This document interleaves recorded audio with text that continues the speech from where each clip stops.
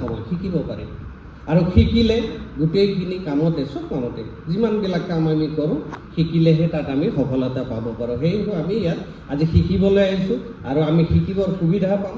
কিন্তু তাৰ আগতে মোৰ অলপ মই পৰিচয়টো দিওঁ। এইখিনি কথা ক'লোঁ যদি মোৰ পৰিচয়টো দিয়া নাই। মোৰ নাম শ্ৰী দিনমণি শৰ্মা। মই মালিগাঁও বৰিপাৰাত থাকোঁ আৰু ব্যৱসায় হিচাপে মোৰ ক্ষুদ্ৰ এটা মাস্কট প্ৰিণ্টিং প্ৰেছ আছে।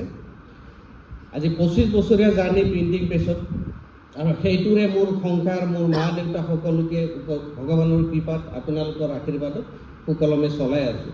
কিন্তু এটা সপোন আছিল আৰু সদায় সপোন লৈ আগবাঢ়ি আহিছিলোঁ যে জীৱনত কিবা এটা কৰিম। ওচৰৰখিনিৰ চাইছিলোঁ যে তেখেতসকলৰ শিক্ষাৰে পাইছে, এনেকুৱাৰে পাইছে, হয়তো মোৰ ঘৰত সেই শিক্ষা দিবলৈকে মোৰ দেউতাৰ সক্ষম নাই, কিন্তু সেইটো পোৱাৰ মোৰ ইচ্ছা আছিল, বৃহৎ হেঁপাহ আছিল। সেয়েহে এই অনুষ্ঠানত মই এনেদৰে জড়িত হ'লোঁ আৰু জড়িত আজিৰ পৰা 2.5 বছৰ আগত হৈছিলোঁ। আৰু এই অনুষ্ঠানৰ বিষয়ে মোক অৱগত কৰাবলৈ মোৰ প্ৰতিষ্ঠানলৈকে গৈছিল সেই সময়ত প্ৰফুল্ল ৰয়চন্দ্ৰ ছাৰ, আৰু তাৰপিছত গৈছিল শৈলেন ছাৰ, তাৰপিছত গৈছিল আজি হয়তো তেখেত উপস্থিত নাই মাননীয় গিৰীশ শৰ্মা ছাৰ। এখেতসকলে যেতিয়া গৈছিল তেখেতসকলৰ ছাৰে কোৱাৰ দৰে মই গোটেইখিনি কথা ভালদৰে বুজি পোৱা নাছিল।